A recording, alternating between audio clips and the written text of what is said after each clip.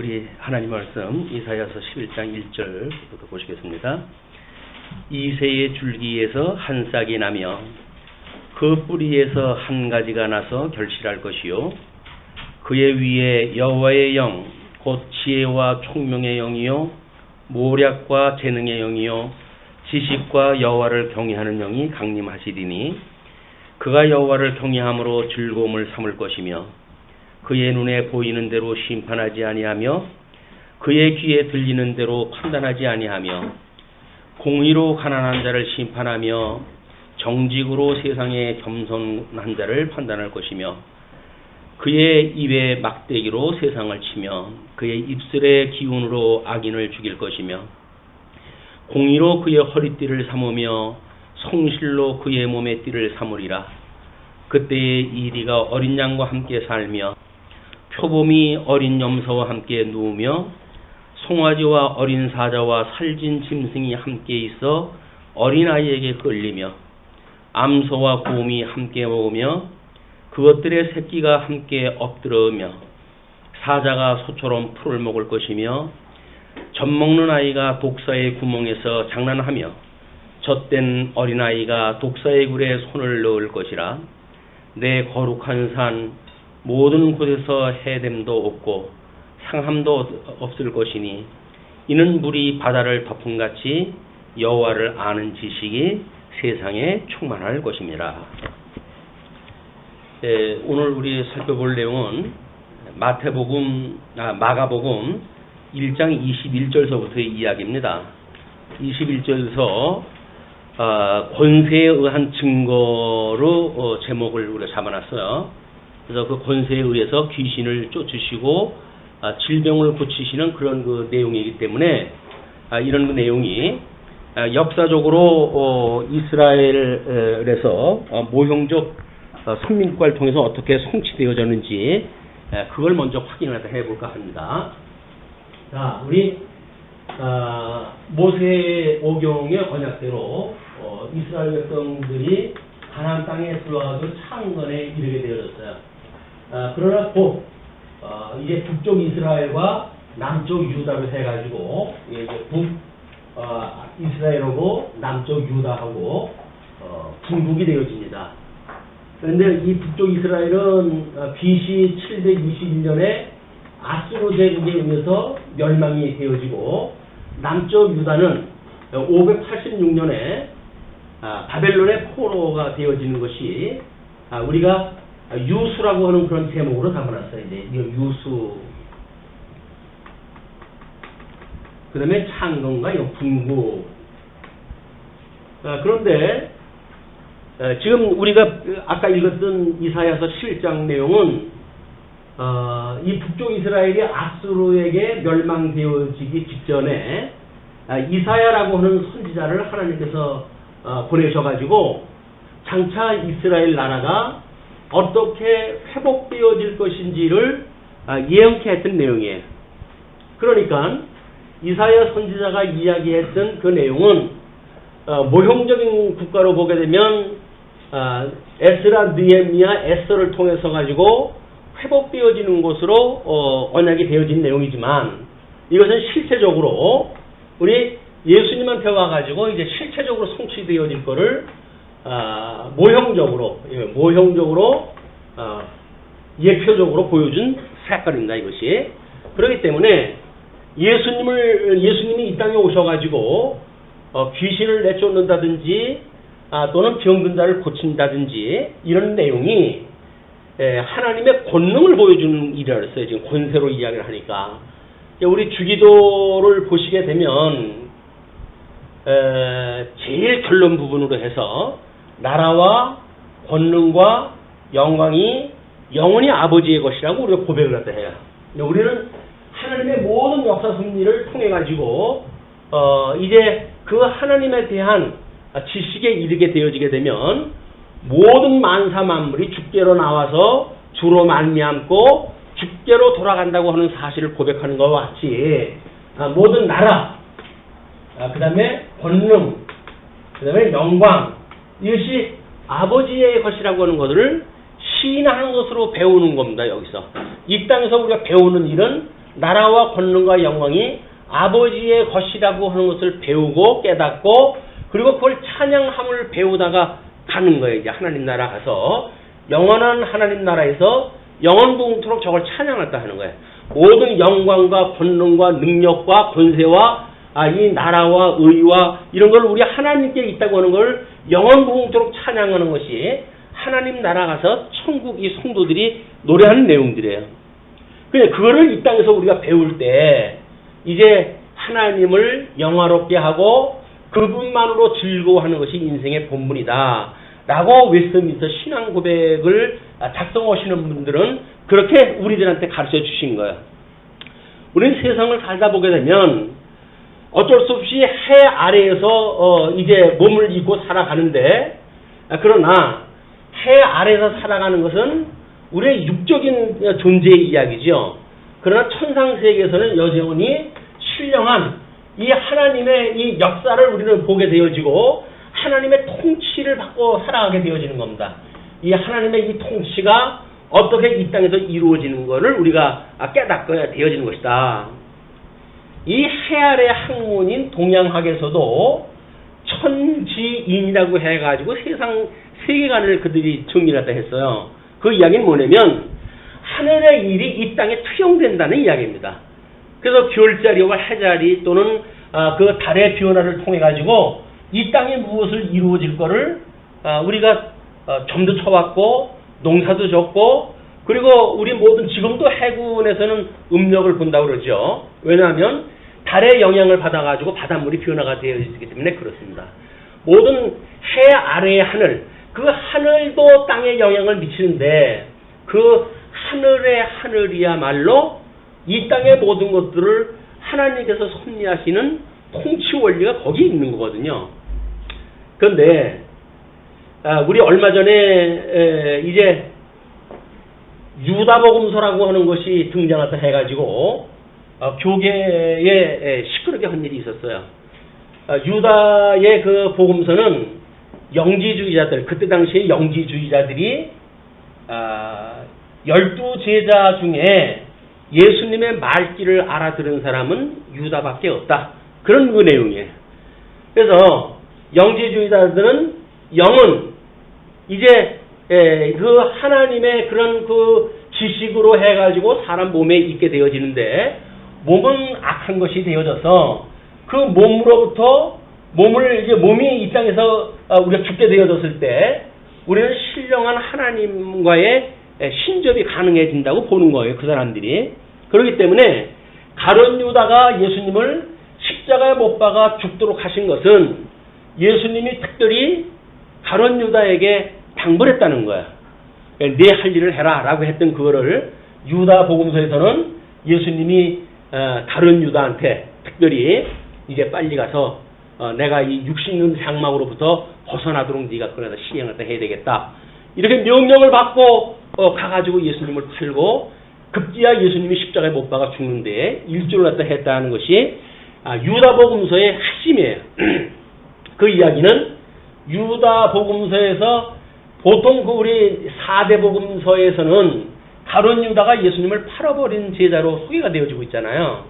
근데 유다복음서에서만은 특별히 그 유다가 예수님을 제대로 예수님한테 공부했던 사람으로 이제 소개가 되어지는 거야. 그러니까 동시대에 기록되어진 성경입니다. 복음서가 뭐 한 2, 30가지가 넘는다고 이렇게 이야기를 해요. 2, 30가지 복음서가 넘는데 어떻게 397년에 우리 이 정경화되어지는 이때인데 AD 397년에 성경 신약성경이 지금 보고 있는 27권으로 요것만 하나님의 말씀이다 라고 정리할 때까지 2, 30가지의 복음서가 뭐 흐트러져가지고 돌아다닌 거야. 그러니까 그때 당시에 성도들이 이 말씀을 복음을 듣는다는 이야기는 어떤 복음을 들었는지 몰라요. 20, 30가지의 종류 중에서 선택적으로 뭐 하나를 들었겠죠. 복음으로. 그 복음을 들었던 사람이 정말 예수님을 믿었는지도 그건 몰라요.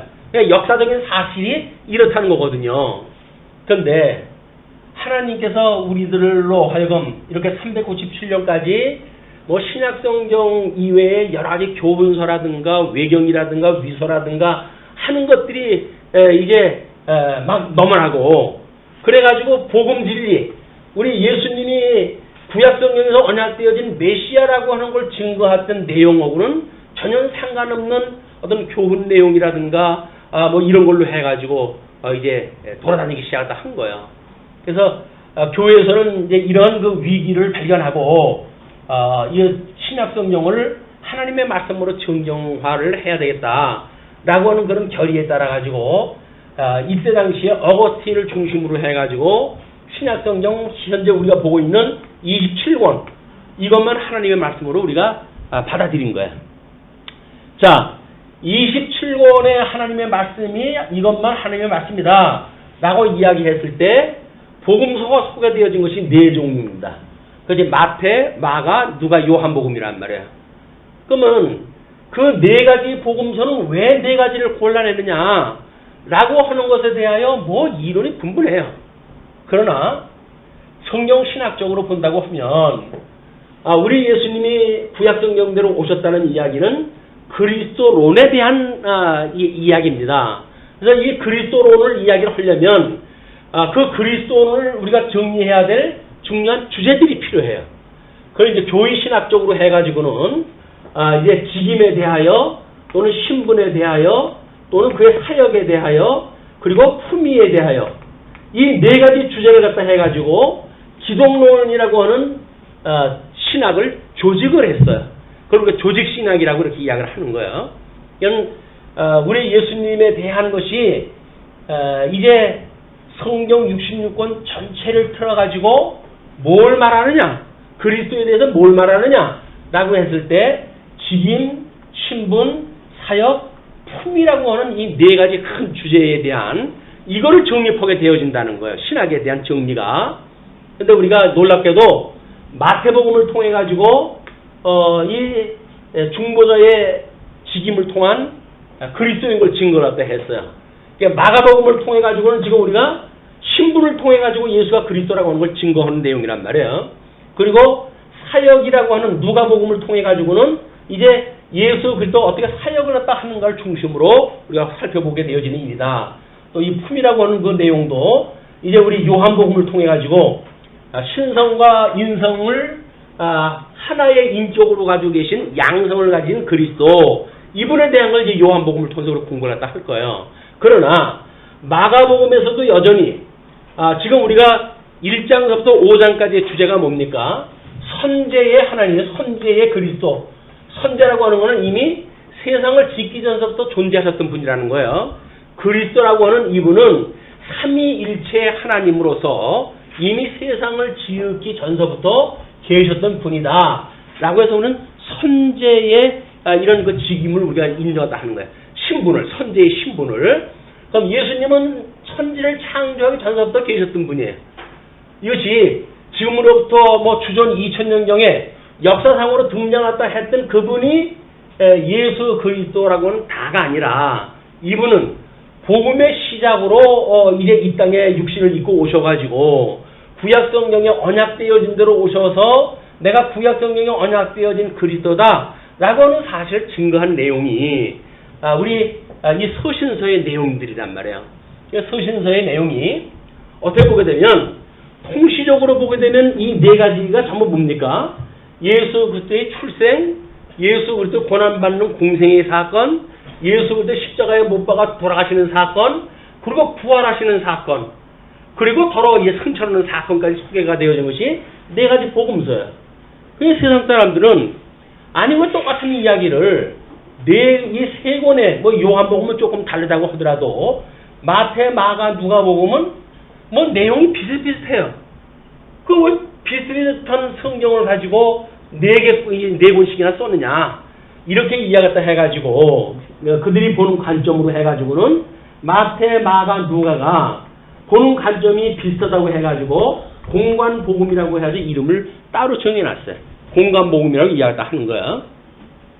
그러면 정말 예수님의 공관복음적인 공간적으로 그의 출생, 그의 또는 뭐 우리 성육신 해가지고 하시는 공생의 사건, 뭐 이건 뭐 이제 공생애라고 하는 거는 십자가의 사건도 포함되어지는 거니까 고난을 받으시는 사건, 그 다음에 십자가에 죽으시는 사건, 그리고 부활하시는 사건, 이것이 예수 그리스도와 선제하신 예수 그리스도가 하나님과 동등됨을 취하지 아니하시고 인간의 몸을 입고 죄의 형체를 입었다고 그렇게 이야기를 했어요. 인간의 모습을 입고 이 땅에 출현한 것, 출생되어진 것, 이거를 말하는 복음의 시작이다. 이렇게 소개가 되어진 거야. 그러니까 지난 시간 이 복음의 시작에 대한 걸 우리가 공부를 했다 했는데, 이제 우리 그 주보에 나와져 있는 대로 1장 1절로 20절까지를 말씀에 의한 증거라고 이렇게 이야기를 했어요. 그래서 마지막 선지자 우리 세례 요한에 대한 증거와 그리고 예수 그리스도의 수세, 그리고 예수 그리스도의 전도라고 하는 그런 내용을 통해 가지고 말씀으로 선지하셨던 예수님이 말씀으로 임재하신 걸 우리가 확인했다 했어요. 이거는 우리가 예수님이 전도를 갖다 하고 이 땅에 출생을 하시고 하는 사건은 선제하신 우리 성자 하나님께서 육신을 입고 복음의 시작으로 이 땅에 오신 것이다 라고 하는 걸 지난 시간에 확인했다 한 겁니다. 그래서 오늘 우리가 확인할 내용이 두 번째 권세에 의한 증거예요.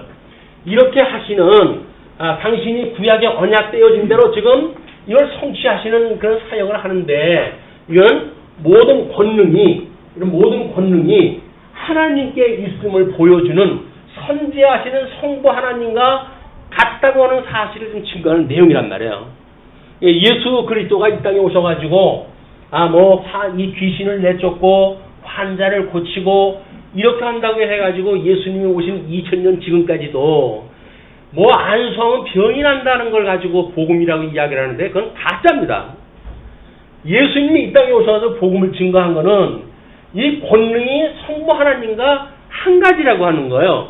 또 구약된 대로 지금 그것이 성취되어진다고 하는 표적적인 의미가 있는 것이지, 여기서 병든 사람 고쳐주는 것이 하나님의 일이 아니란 말이에요.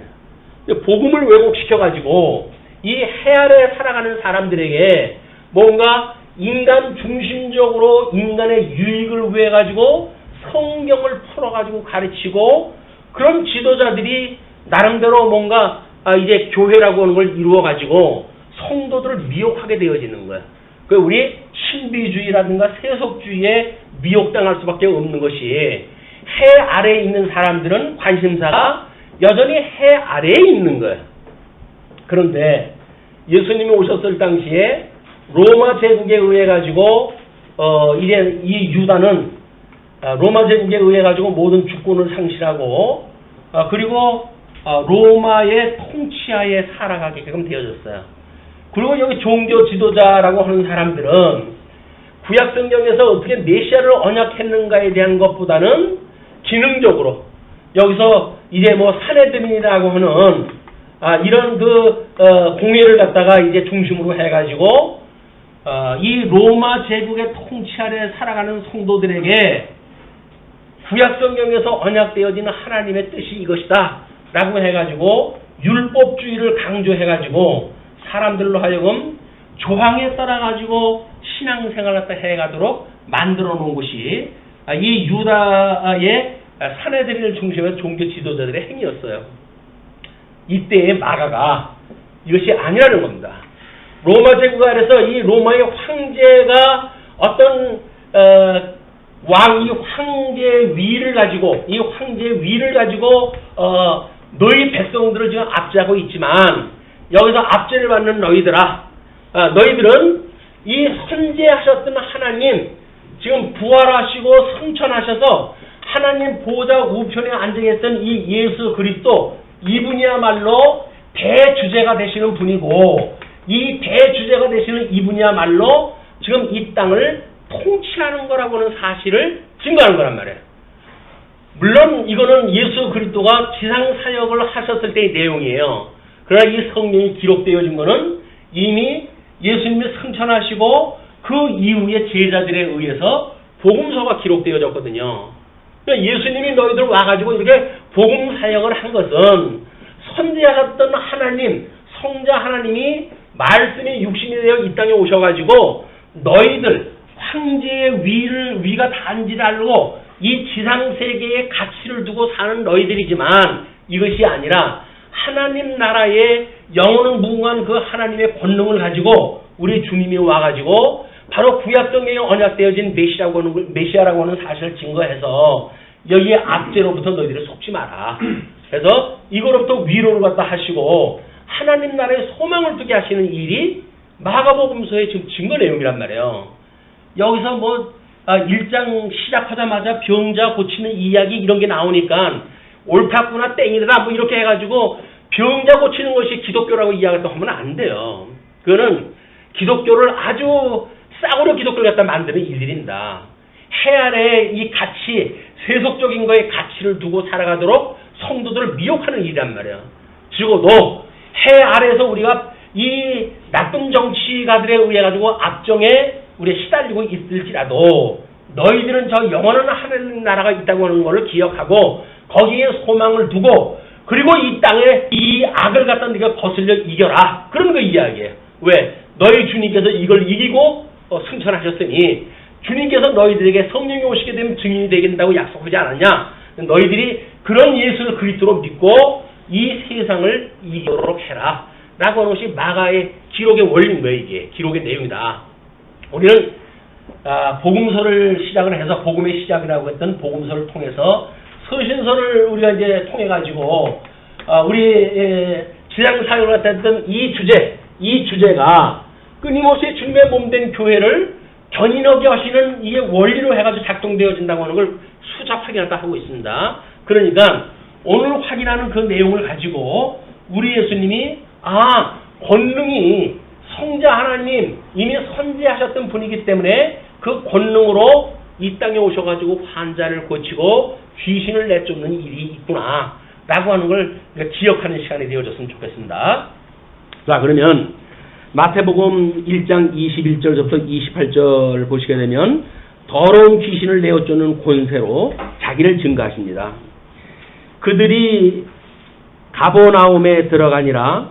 예수께서 곧 안식일에 회당에 들어가 가르치심에 뭇사람이 그의 교훈에 놀라니 이는 그가 가르치시는 권이 있는 자와 같고 서기관들과 같이 아니함일러라. 예수님이 이제 안식일이 됐는데 이때 당시에는 이 회당, 이들이 있는 이 회당에는 이제 유대인들 누구든지 가서 예배를 드릴 수 있는 그 처소예요.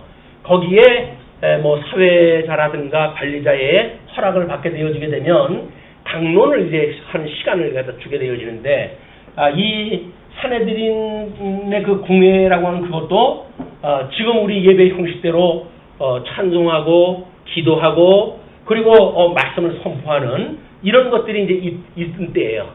그러니까 예수님이 가가지고 그런 순서에 의해 가지고 지금 말씀을 증거하는데 이때 이 산헤드린의 세 가지 직임을 가진 자가 있다고 그랬어요.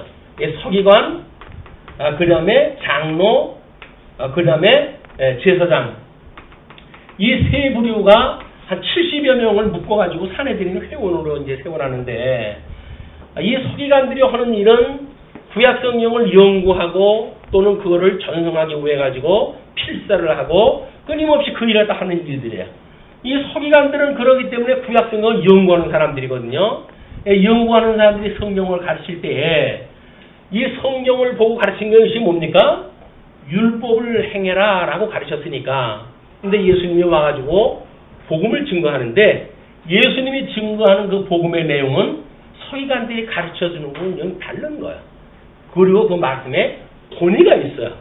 그 권위가 있다는 이야기는 그 말씀을 들었을 때 무엇인가 성령의 감동으로 해가지고 사람들이 자기 힘으로 뭘 이룬다고 하는 그것이 아니라 하나님께서 만사를 이렇게 섭리하시는 이 영광을 계시하셨던 것이 우리가 감지했을 때 거기서 권위를 느끼죠. 우리가 인간의 두뇌를 가지고 이걸 깨닫고 이렇게 우리가 기독교를 배워간다고 한다면 그건 권위가 없는 겁니다.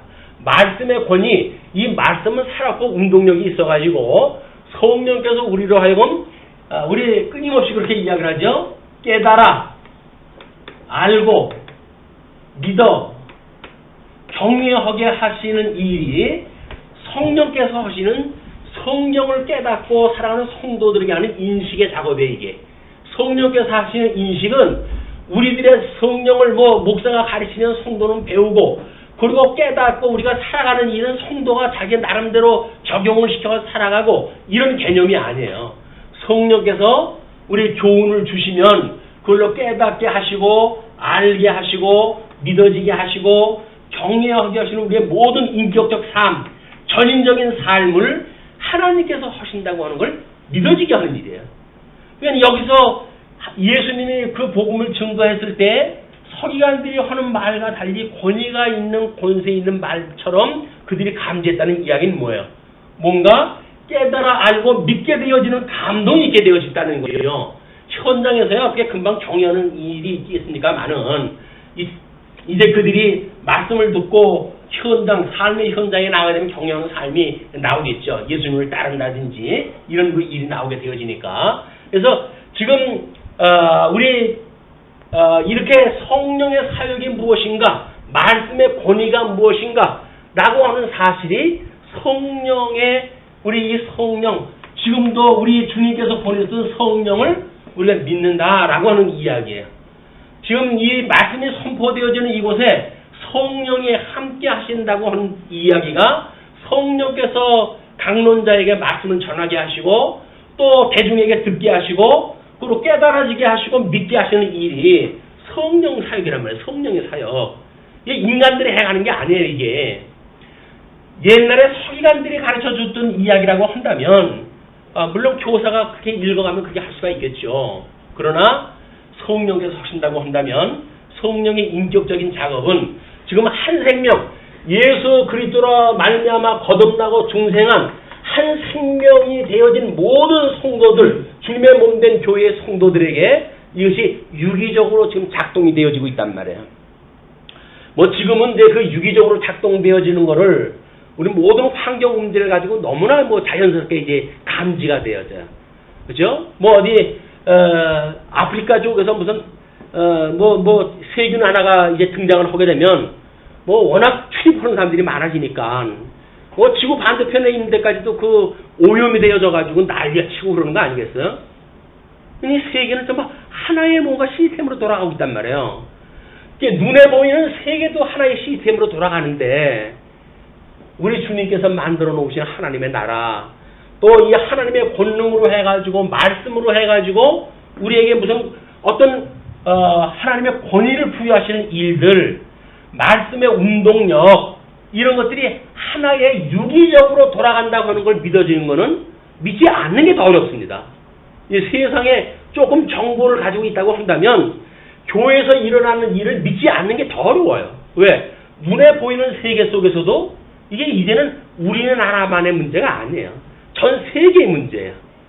환경의 문제, 왜 지각이 있는 사람들이 환경에 그렇게 관심을 갖습니까? 이 세상이 그 사람들이 망하게 생겼거든요. 이 세상이. 인구는 점점 늘어나죠. 2020년이면 지금의 한 2배 정도 늘어난다고 그러는데 지구가 만원입니다. 근데 그 인간들이 탐욕이 얼마나 이게 가득한지 지구가 엄청 썩어가고 있잖아요.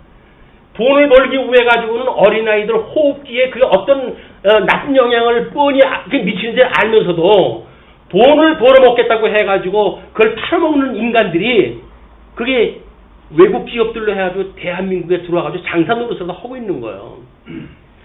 깨어있지 않으면 이제는 이 자본 논리에 우리가 휩쓸려 가가지고 전부 그 노예로 살아가는 거예요. 노예로. 그 진정 우리가 자유를 갖다 얻으려고 한다면 자본 논리에 대하여 우리가 조금 연구가 필요합니다. 무조건 하고 모든 걸 경제 원리로 작동되어지고 이런 거는 아니에요. 이 세상은 힘의 논리, 눈에 보이는 그런 힘의 논리가 아니라 여전히 선지하고 계셨던 그 하나님께서 다시 우리 하나님 보좌 우편에 가 계심으로 해서 지금도 주님의 몸된 교회를 위하여 중보기도도 하시고 그분에 의해서 이 영원한 나라를 만들어 가시는 과정 섭리지, 이 과정적인 하나님의 나라, 여기서 만들어지는 세계가 하나님 나라가 아니라는 거예요. 이 착각으로부터 우리 깨어나는 것, 이것이 우리가 근신하고 깨어있는 일입니다. 여기서 잠들어 있는 것이 아니라 여기서 깨어져 있어야 이 땅에서 일어나는 게 보여진다고요. 하나님 나라에 일어나는 일들이. 자, 이제 어떤 일이 일어나는지. 마침 그들이 회당에 더러운 귀신 들린 사람이 있어 소리질러 이르되 나사렛 예수여 우리가 당신과 무슨 상관이 있나이까? 우리를 멸하러 왔나이까? 나는 당신이 누구인 줄 아노니 하나님의 거룩한 자니이다. 귀신이 예수님을 먼저 알아봐요. 이 공회에 귀신 들린 사람이 이게 귀신 들린 줄 알게 되면 그 사람들 여기에 들어와서 있게 할까요? 그렇지 않을 거 아니겠어요? 이 사람들은 그 사람이 귀신 들린 사람인지도 몰라요. 그러니까 함께 공회에 들어와서 이 예배를 드리고 있다니까요. 그런데 놀랍게도 예수님이 말씀을 증거하니까 귀신이 먼저 알아보고 하는 이야기가 나와 당신이 무슨 상관이 있습니까? 우리를 멸하러 왔습니까? 라고 이야기하면서 나는 당신이 누구인 줄 아노니 하나님의 거룩한 자입니다. 기름 부음 받은 자, 거룩하도록 하나님께서 기름 부음 받은 자, 그가 결국은 이스라엘 나라를 회복하는 이런 그 메시아이듯이 참 그리스도인 이 하나님 나라도 이 어둠의 권세를 이제 거두시고 예수님이 궁극적 승리할 거를 마귀들이 알아본 거예요. 이 귀신들이. 그래가지고 지금 예수님한테 그렇게 이야기를 하니까 예수께서 꾸짖어 이르시되 잠잠하고 그 사람에게서 나오라 하시니 더러운 귀신이 그 사람에게 경련을 일으키고 큰 소리를 지르며 나오는지라. 이제 이런 내용을 가지고 지금도 뭔가 이 신유라든가 또는 능력을 행한다고 하는 분들이 기도할 때마다 사탄아 나가라, 뭐 나갈지어다, 뭐 이렇게 하면 나간다고 이야기를 하는데 예수님께서 분명히 이야기를 해주셨어요. 어떻게 해야 이 귀신을 내쫓을 수 있습니까? 그랬더니 뭐라 그래요? 기도 외에는 방법이 없다고 이야기를 하죠. 기도가 하나님 앞에 구하는 거지 자기가 명령하는 겁니까? 원리가 안 맞잖아요. 귀신에서 나갈지어다라고 하면은 자기가 나갈지어다 한다고 나가나요? 하나님의 뜻이 나가는 거니까 하나님 앞에 구해야지. 하나님 저 원수 마귀를 갖다가 저 불쌍한 인생으로 내쫓아 주세요 라고 기도를 갖다 해야 그것이 하나님의 뜻이면 하나님이 내쫓아 주시는 일이지, 자기가 무슨 권능이 있는 것처럼 그렇게 해가지고 하는 일들은 이렇게 뭐 병을 고치는 문제나 귀신을 내쫓는 문제나 다 마찬가지인 거예요. 이 찾기라고 하는 그런 거 이야기, 귀신 내쫓는 문제도 결국은 하나님의 능력을 보여주시기 위한 사역이지 인간들 자기네들의 뭔가 미연을 세우기 위한 것이 아니란 말이에요. 자기네 이름을 높이기 위한 것이 아니에요. 능력이 있으면 자기 능력입니까? 주의 능력이지. 근데 뭐 자기가 능력이 있는 것처럼 해가지고 모든 그 권세를 다 누리고 헛된 영광을 구사하면서 살아갈 수가 있겠어요. 잘못되어지는 이게 원리다. 자, 그러니까 이제 그 다 놀라 서로 물어 이르되 이는 어찌함이냐? 권위 있는 새 교훈이로다. 새 교훈이라는 건 뭐예요? 권위가 있다는 이야기가 뭘로 증명이 되어진 거예요? 귀신 보고 잠잠하고 나가거라 라고 예수님께서 한 말씀하니까 귀신이 나가요. 이 구약의 언약대로 예수님이 오셨다는 이야기는, 선지하셨던 우리 그리스도께서 이 땅에 오셨다는 이야기는 아버지의 뜻이 하늘에서와 같이 땅에서 이루어지는 역사가 일어나는 거예요. 구약 성경에도 내가 너희들한테 선지자를 보내주는데 선지자의 말에 증언이 있어야 된다. 그 말이 성취가 되어지면 그게 내가 보낸 자고 성취됨이 없으면 그건 내가 보낸 자가 아니야. 그랬을 때 너희들은 거짓 선지자로 알게 되어졌을 돌로 들어 그를 쳐라 라고 명령까지 해준 거예요. 그러니까 이 구약 성경의 언약대로 만약에 참 메시아로 이분이 오셨다고 한다면 구약 성경 언약대로 해가지고 회복이 돼야죠. 어둠의 모든 그 잡혀져 있던 사람들이 자유를 누려야 되죠. 그것이 전도되어지는 사건으로 우리 20절까지는 공부를 갖다 했고, 오늘 직접 귀신을 내쫓는 사건을 통해 가지고 증거를 다 하고 계시다. 예수님 말씀은 성취가 되어지는 거야. 이 복음서에서 성취되어진다는 이야기는 뭐예요? 복음서에서 하나님의 이 언약이 권위 있는 말씀으로 되어가지고 성취되어진다는 이야기는 주님의 몸된 교회를 통해 가지고 이것이 이루어진다는 거 아닙니까? 주님의 몸된 교회를 통해 가지고, 주님의 몸된 이 교회를 통해 가지고 서신서에 나온 교회를 통해서 성취되어진다는 거예요, 이게. 그러니까 우리 신약성경의 구조도 복음서가 언약이고 서신서가 성취라고 우리가 구조를 놓은 거예요. 왜? 그리스도의 이 권위 있는 말씀은 권위 있는 말씀이기 때문에 명령하신 대로 이루어지는 거예요. 언약하신 대로 이루어진단 말이에요. 성경이 이제 우리는 전부 뭐 정해졌다고 그러지 않았어요? 그래서 우리는 그 성경을 보고 뭘 한다고요? 믿음으로 사는 거예요. 이제 우리는 말씀으로 이렇게 이루어졌네. 서신서 성경을 보니까 이게 말씀으로 이루어졌네 라고 하는 걸 믿는 믿음으로 성도들이 살아가는 거다. 지금 어디 가서 이 신약 성경에 있는 한 구절 끌어다가 이렇게 내가 살아야지 이런 개념이 아니에요. 말씀이 지금 이렇게 우리한테 운동을 한다는 이야기는 이렇게 진리로 언약하셨던 것이 성취되어졌고 성경을 통해서 성취되어진 그 성경을 우리가 읽음에 그 말씀의 권위가 말씀의 권능이 우리의 삶을 변화시켜 간다고 믿고 살아가는 거예요. 믿지 않으면 그럼 삶이 변화가 없겠죠. 죽어져 있거나 우리가 예수님으로 말미암아 중생되어졌다고 한다면 우리의 삶은 변화되어질 수밖에 없어요. 왜? 이 말씀, 예수 그리스도의 말씀의 운동력이 우리를 변화시켜 간다. 그걸 믿는 것이 말씀운동 서원교회 이상이에요. 이 말씀운동 서원교회라고 이름은 지어놓고 그걸 안 믿는다고 한다면 그건 뭐 말씀운동 서원교회예요. 그냥 쉽게 서원교회라고 하면 되지.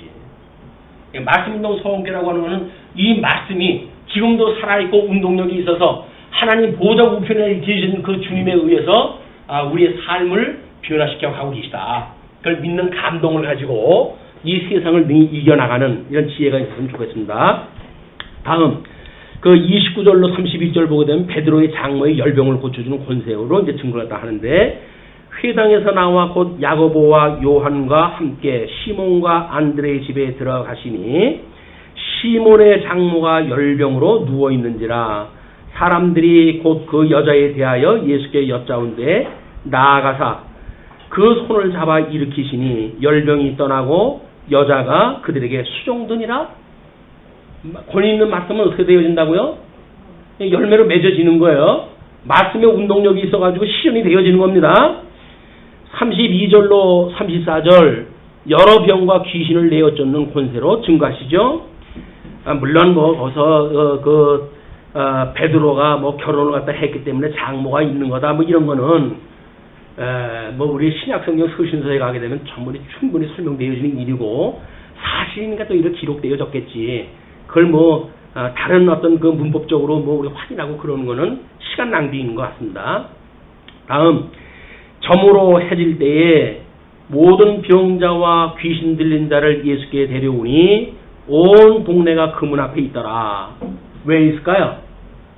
서기관들처럼 말만 뻔지렁이 하지 율법을 지키면 무슨 하나님의 나라에 구원을 받는다는 둥 하나님 나라 백성으로 살아간다는 둥 이렇게 이야기했다 하는 서기관들의 이야기라고 한다면 사람들이 거기에 따라올 이유가 없잖아요. 이 세속에 같이 관심이 있는 사람들 여기서 세속적으로 병든 사람한테 제일 관심사가 뭘까요? 병 고쳐주는 일이죠. 가난한 사람한테 관심사가 뭘까요? 돈 버는 일이죠. 여기서 명예 없는 사람에 관심 있는 게 뭘까요? 명예롭게 되는 일이에요. 여기에 있는 사람들이 뭐예요 지금? 저물어 해질 때 모든 병자와 귀신 들린 자를 예수께 데려오니 온 동네가 그 문 앞에 모였더라. 온 동네 다 모였어요. 사람 앞에. 왜? 예수라고 하는 사람이 나왔는데 그 사람이 말만 하면 병이 고쳐지고 환디 귀신 내쫓겨지고 그런다더라 라고 하는 카더라 통신에 의해 가지고 소문이 온 동네에 이제 퍼진 거야. 그 소문을 듣고 카더라 통신을 듣고 이제 모인 거예요. 이 사람들이.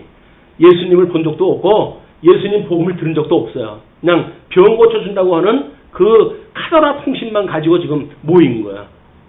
우리는 예수님을 믿을 때 이 텍스트를 중심으로 해가지고 이 하나님을 믿는 것이 아니라 여기 계시되어 있는 삼일체 하나님이 어떠한 분인가를 믿는 것이 아니라 카더라 통신에 의해서 듣고 있는 거 그걸 가지고 믿으니까 다른 사람이 성경 어디에 그런 얘기가 있어 라고 그러면 입이 쑥 들어가는 거예요. 왜?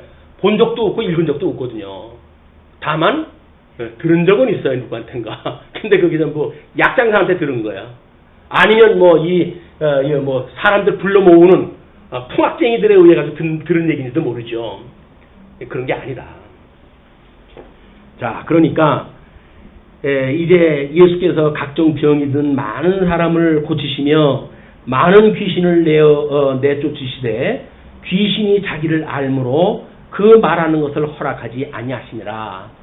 예수님은 오셔가지고 지금 이 초기시니까 3년은 이 공생을 갖다 하셔야 되거든요.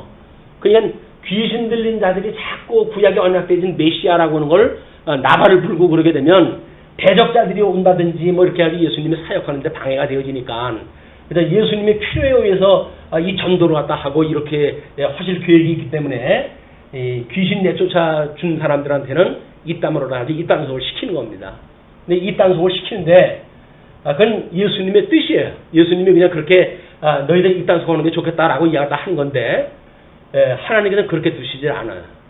그래가지고 온 동네 다니면서 나발을 불어가지고 귀신 들린 사람은 전부 예수님한테 와가지고 이 병 고치려고 이제 오게 되어지는 현상이 일어나고, 급기야 예수님이 그 사람들을 피해가지고 다른 데로 갈 수밖에 없는 상황이 만들어집니다. 35절로부터 39절까지의 이야기가 예수께서 전도를 하시며 귀신을 내어 쫓으시는 사건이죠. 자, 새벽 아직도 밝기 전에 예수께서 일어나 나가 한적한 곳으로 가사 거기서 기도하시더니, 예수님이 귀신 내쫓는 건 지금 뭘로 되어지는 거예요? 아버지의 뜻이 이 땅에서 이루어지게 해주세요라고 하는 기도를 통해 이루어지는 사건이에요. 그러니까 우리 성자 하나님으로 오셨던 그 예수님은 성부 하나님께 기도를 갖다 하는 거예요. 아버지의 뜻이 이 땅에서 이루어졌으면 좋겠어요 라고 하는 걸 기도를 갖다 하는 거예요. 그것이 지금 밝기 전에, 새벽 아직도 밝기 전에 한적한 곳으로 가가지고 기도를 갖다 하시는 거예요. 이 유대인들은 어떻게 기도를 갖다 했다고요? 사람 많은 대낮에 길거리에서 두 손 들고 동네방네 소문 내면서 이렇게 한 거 아니겠어요? 그러니까 주의 일을 갖다 하는 거는 소문 안 내고 하는 거라니까요. 그래 주님이 한 걸 갖다 우리가 이 인정을 갖다 하고 찬양을 하는 거지. 우리는 자꾸 내 얼굴을 갖다 비밀고 내가 했어요. 전도를 갖다 내가 몇 명을 했어요. 내가 전도왕이에요. 해가 동네방네 다니면서 소문을 갖다 내고 이렇게 하는 것이 아니란 말이에요.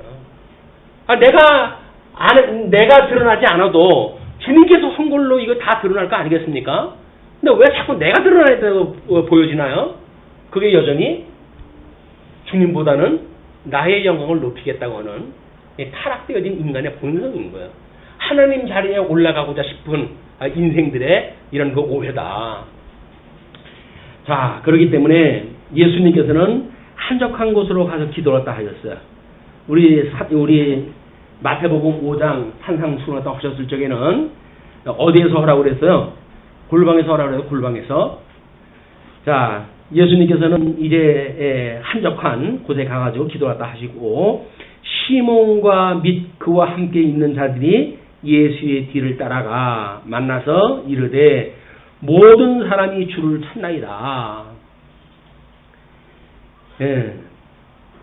예수님이 그 귀신 내쫓은 사람한테 입단속을 시켰을 때 제자들이 예수님의 제자라고 한다면, 훈련되어진 제자라고 한다면 그래도 말귀는 알아들을 거 아니겠어요? 뭐 말귀 알아듣는다는 얘기를 뒤집어 버리게 되면 가룟 유다만 예수님 말귀 알아들었다고 하는 이상한 또 논리도 나오는 게 이 세상이니까, 이 모순의 세상, 정말 사람의 말로는 누구 하나 설득할 수 없는 이 세상, 성령의 은혜가 아니면 구원에 이를 수 없는 이 어두운 세상, 이 세상을 우리가 보는 것이 바로 깨어있는 사람들의 시각이라고 보여집니다. 그냥 아무도 볼 수가 없어요.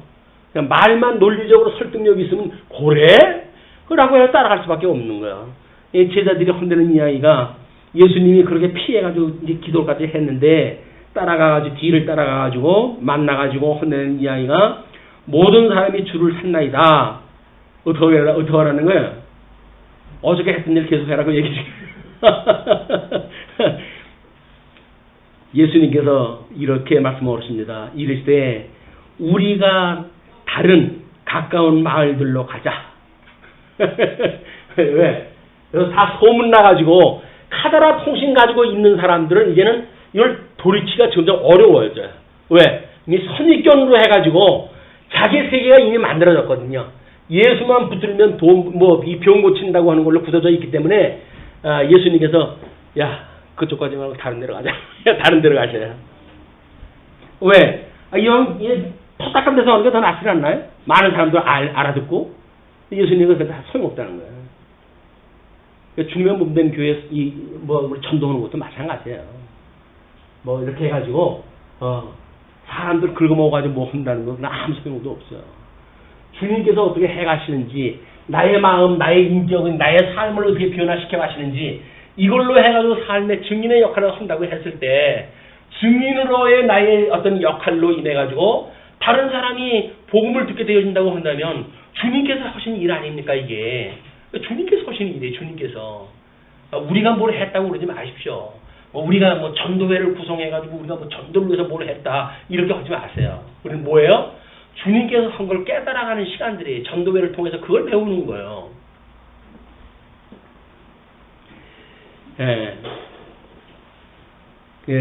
우리가 다른 가까운 말들로 가자.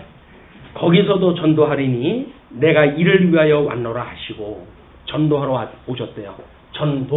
도를 전하러 오셨대요. 도가 누구예요? 예수님이 나는 것 길이요 진리요 생명이라고 그랬잖아요. 이분이 도예요. 이분이 와가지고 자기를 전하는 거예요. 그게 전도예요. 전도라고 하는 건 주님에 대해서 증거를 하는 거니까 내가 구약의 언약되어진 메시아야 라고 하는 이야기예요. 예수 그리스도로 말미암아 구원받은 성도들은 예수님이 구약의 언약되어진 메시아다, 성경에서 말하고 있는 구세주다 라고 하는 걸 증거하는 것이 이게 전도인 거예요. 전도. 도를 전하는 거란 말이에요. 도를 전하는 거. 근데 도는 전하지 않고 그냥 우리 교회로만 와. 왜? 그냥 와. 뭘 자꾸 물어. 나 몰라. 그냥 와. 아니 왜 바쁜 나를 갖다 왜 오라고 그래? 그러면 그냥 좋으니까 와. 우리 교인들이 얼마나 마음이 착하고 교제를 나누고 이러는데 그냥 우리 교회 와. 고민이 있어? 고민을 왜 하고 살아? 우리 교회 오면 고민 없어져. 왜 고민이 없어져? 몰라. 그냥 와. 가끔가다 복음서에 그러잖아요. 이제 그 예수님을 소개할 때 와 보라 라고 이야기도 하잖아요. 그게 또 전도의 원리라는 거야. 사람들한테 복음을 전하지 말고 그냥 와 봐라 이렇게 해가지고 끌고 오라는 거예요. 무조건 오고. 그래가지고 교회 잔치 갖다 펴가지고 무조건 교인들 다른 교회에 나가든 말든 다 데려와. 그러면 목사가 이제 또 풀어야지. 썰을 풀어야 돼. 그래가지고 남의 교인 갖다 그냥 썰을 풀어가지고 이 교회 와야 구원받는 것처럼 썰을 풀어가지고 자기 교인 만드는 것이 목회자라는 거예요. 설교자라는 거고. 아닙니다. 그건 강도예요. 도둑이고. 다른 교회 성도를 갖다 왜 지가 끌어다가 자기 교회 성도를 만들어요. 자기가 복음이 깨달아지고 오고 싶 때문에 와야지요. 더 했어요. 그러나 목사가 복음을 듣고 다른 교회 성도가 되어진 사람을 내 교회로 끌고 오는 거 아니에요. 닦은 터 위에 다른 터를 닦는 게 아니에요. 그 사람 다 예수 믿고 구원받았다고 한다면 신앙생활 잘하라고 그래요. 잘하시라고. 가끔가다 이제 침 놔줄 필요가 있겠지. 넌 뭘 아니? 뭘 믿니? 그래가지고 전혀 아는 게 없으면 그러고도 예수를 믿는 거야? 이래가지고 복음을 증거하다 보게 되면 내가 아무것도 모르는 깡통이었구나 라고 하는 게 생각 들면은 이 말씀을 배우고 싶은 마음이 생기겠죠. 하나님의 사람이면 일용할 양식을 달라고 매일 기도하고 하면서 말씀이 하나도 들어오는데도 불구하고 배고픈지도 모르고 그렇다고 하면 그게 하나님의 사람이 아니잖아요. 하나님의 사람은 말씀이 없으면 자꾸 궁핍스러워진다니까요. 말씀이 없으면 마치 밥 굶은 사람처럼 허기가 지고 그래요. 영혼이 우리가 이렇게 가려지고 내가 왜 이렇게 영적으로 해가지고 궁핍스러웠냐. 말씀이 없어서 그렇구나. 말씀을 더 공부하고 매진하는 이런 것이 성령의 역사로 일어나게 되어집니다. 자, 이렇게 이야기하다 하니까 이제 예수께서 온 갈릴리에 다니시며 그들의 여러 회당에서 전도하시고 또 귀신들을 내어 쫓으시더라. 여전히 거기 가서도 그 일을 다 하십니다. 자, 이런 데에 이제 한쪽 가로 2번 질병을 고치심으로 증거하는 내용이 40절로 45절까지 소개되어지는데 40절 41절이 한 문둥병자가 고쳐달라고 강구하고 그대로 고쳐주시는 사건이 소개가 되어집니다. 한 나병 환자가 예수께 와서 꿇어 엎드려 강구하여 이르되 원하시면 저를 깨끗하게 하실 수 있나이다. 예수께서 불쌍히 여기사 손을 내밀어 그에게 대시며 이르시되 내가 원하노니 깨끗함을 받으라 하시니, 이걸 보고 예수님도 환자를 보면 불쌍한 생각이 들어가지고 병을 고쳐주는데 이덕성이 전부 잘났다고 해가지고 저렇게 강팍스러워가지고 병자 고쳐주는 것이 기독교의 하는 일이 아니라고 이렇게 이야기했다 하냐라고 이야기하는지 모르겠지만, 문둥병이라고 하는 것은 유대인들한테 지금 죄인이라고 하는 걸 드러내는 아주 극병의 그런 그 일들입니다. 이 문둥병 든 사람은 이 공동체에서 전부 소외된 사람들이에요. 소외돼가지고 같이 생활도 못해요. 이런 그 사람들이기 때문에 이쪽에 그 공동체 사람들만 죄인으로 보는 것이 아니라 본인도 죄로 여겨요. 이것이 이게 죄지, 하나님의 죄로 인해서 그렇지. 근데 맞습니다.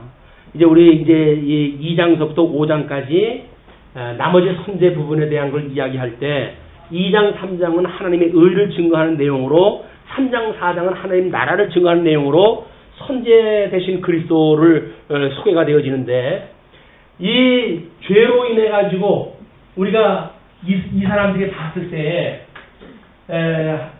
에덴 동산에서 이들이 내어 쫓겼다고 하더라도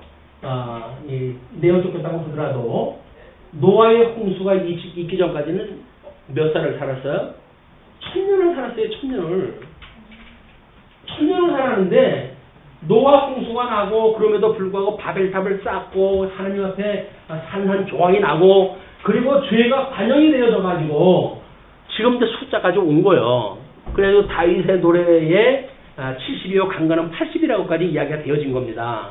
그런데 과학이 발달한다고 해서 100세 시대 갖다 이야기다 해놓고 뭐 숨만 쉬는 사람 여기다 마스크를 씌워놓고 100세 시대 갖다 이야기하는 이런 사악한 시대에 우리가 지금 살고 있는 거예요. 하나님 나라가 만약에 우리한테 있다고 하는 것이 확인되어지고 이게 믿어진다고 한다면 우리가 이 땅에 마스크를 쓰고 100년을 살 이유가 있을까요? 그럴 필요 없어요. 건강했을 때, 정신 멀쩡했을 때 주님 나를 오라 하시네. 우리 쌍수리도 뭘 가는 것이 우리의 기쁨이고 즐거움이지. 여기서 우리가 육신을 입고 있어가지고 얼마나 부자연스럽게 살았어요. 아프고 질병으로 해가지고 그래서 끊임없이 우리의 죄를 용서해 주세요. 우리를 시험에 빠지지 말게 해주세요. 우리를 악에서 구해주세요. 이걸 우리가 일구월심으로 기도했던 거 아니에요? 이걸 기도했던 거 아닙니까? 이걸 기도하면서 살아갔는데 이제 이 악에서 우리를 구원을 갖다 해주신다고 그러는데 싫으시다고요? 왜요? 마스크 쓰고 100년 산다고요? 모르려고요. 이 세상에 뭐가 있다고. 하나님을 모르는 사람은 뭐 개똥밭에 굴러도 이승이 낫다고 이야기합니다만은 그건 하나님을 모르는 사람들의 이야기지. 우리가 이 하나님을 안다고 하면서 어떻게 개똥밭에 굴릴 생각을 하냐고요. 그래도 우리 개똥밭에 굴릴 우리 존재들은 아니잖아요. 하나님의 사람으로 새로운 피조물이 되어져가지고 우리 하나님을 이렇게 영화롭게 하는 사람들인데 개똥밭에 굴르는 것이 우리 인생의 본문이라고 여길 수가 있냔 말이에요. 아닌 거예요. 개똥같은 하시라도 우리는 청산할 준비를 다 하는 거예요. 그래서 우리한테 필요한 일이 있다고 한다면 오늘이라도 우리 주님께서 나를 데리고 가셨으면 좋겠어요 라고는 소망이 하나님 나라에 대한 소망이지. 아니 뭐 엄청 좋대. 거기가 엄청 좋대 말로는. 근데 조금만 아프면 나 살려달라고 아우성을 쳐요. 왜? 죽을까 봐. 죽어야 이쪽에 가죠. 죽지 않고 어떻게 여기 가요. 이 귀신 들린 사람들의 이런 이 문둥병이 지금 이 이야기 했던 거는 지금 영적으로 자기가 죄인이라고 하는 걸 자복을 했다 한 거예요.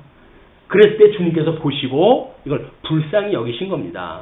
병이 걸린, 다른 병 때문에 걸린 사람들, 뭐 이런 사람들이 아니라 스스로 자기가 영적으로 죄인이라고 하는 걸 깨달은 사람들이기 때문에 예수님께서 그를 불쌍히 여기신 거예요. 우리 여기서 불쌍히 여기는 사람은 누구예요? 영적으로 해가지고 신령이 가난한 사람들이라니까요. 우리가 주님의 말씀이 없으면, 주님의 은혜가 아니면 저는 잠시도 존재할 수가 없어요 라고 아주 겸허하게 사는 사람들을 주님께서 긍휼히 여겨주시지. 아유 주님 이제 됐어요. 주님께서 이만큼 해주셨는데 뭐 이만하면 죽을 때까지 저 혼자 충분히 합니다. 이제는 주님 바쁘신데 다른 사람 봐주시고 저는 제가 그냥 여기 살아갈게요. 이렇게 말하는 사람들은 안 되는 거예요. 끊임없이 지금도 주로 말미암아 우리가 호흡을 하고 있습니다.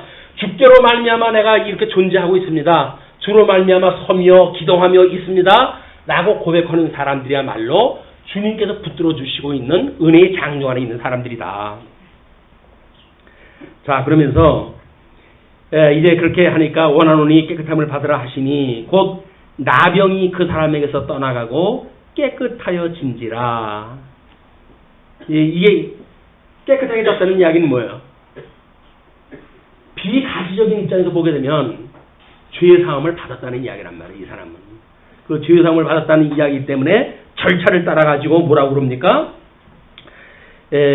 곧 보내시며 엄히 경고하사 이르시되 상가 아무에게도 아무 말도 하지 말고 가서 내 몸을 제사장에게 보이고 내가 깨끗하게 되었으니 모세가 명한 것을 드려 그들에게 입증하라 하셨더라.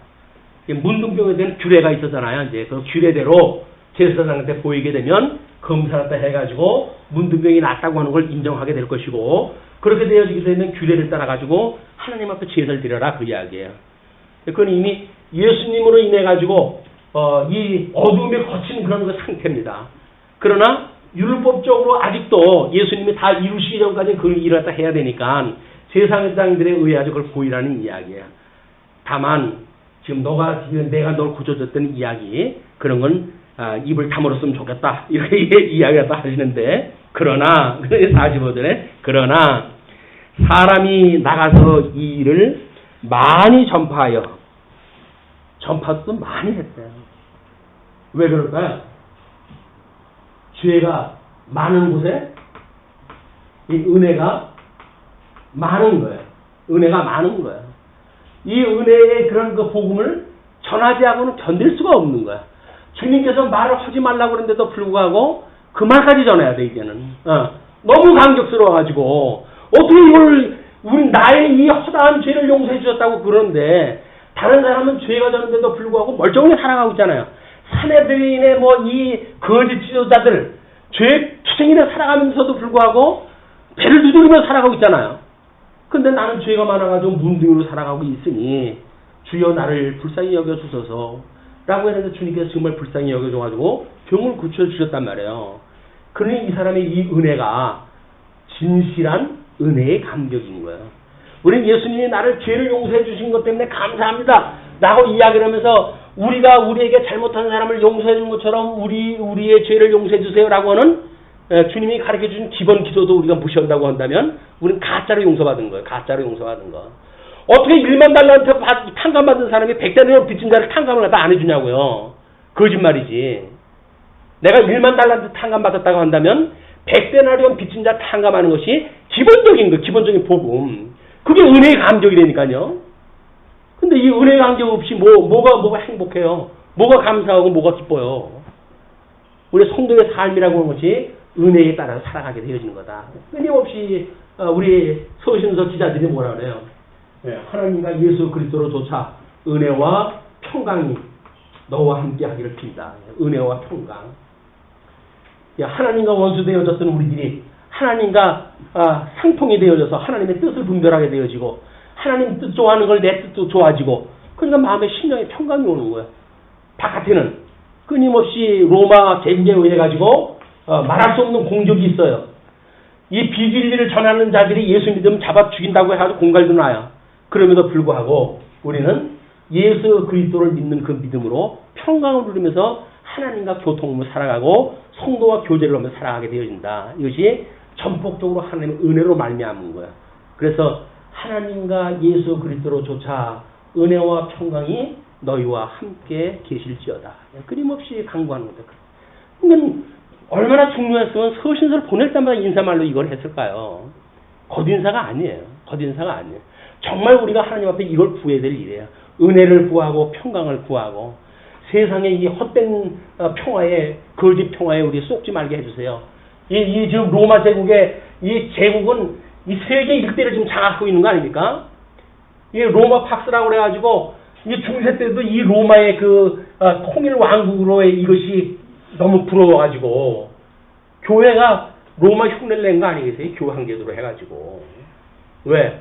그래서 하나님의 빛은 어두워지고 여기에 교권만 드러나니까 그걸 뭐라 그래? 교회사에서 이걸 어둠의 시대라 이러는 흑암 시대. 중세를 우리가 흑암 시대로 이해하겠다 하는 거는 눈에 보이는 이 세계가 진짜 하나님의 나라로 오해했다 하고 그 권위가 진짜 권위라고 오해했다 했기 때문에 보이지 않는 하나님의 나라를 믿지 않는 불신자들로 만들어놨던 중세의 시대. 지금도 그 중세의 시대의 면면이 우리들한테 엄습해오고 있기 때문에 우리는 깨어 근신하고 하나님의 말씀으로 인해 가지고 정진해야 될 때입니다. 그렇지 아니하면 우리는 이 말씀을 공부 하나만 또 하나만 이 말씀을 통해서 끊임없이 은혜를 평강을 구하는 우리 시간이 되어졌으면 좋겠어. 자, 그러므로 예수께서 다시는 드러나게 동네에 들어가지 못하시고 오직 바깥 한적한 곳에 계셨으나 사방에서 사람들이 그에게로 나오더라. 다음 시간에 나오는 그것이 시간이 얼마 지나게 되면 예수님께서 다시 이제 가버나움에 들어가니까 2장서부터 다시 들어가시는 가버나움의 사건서부터 확인해 보시기로 하겠습니다. 기도하시죠.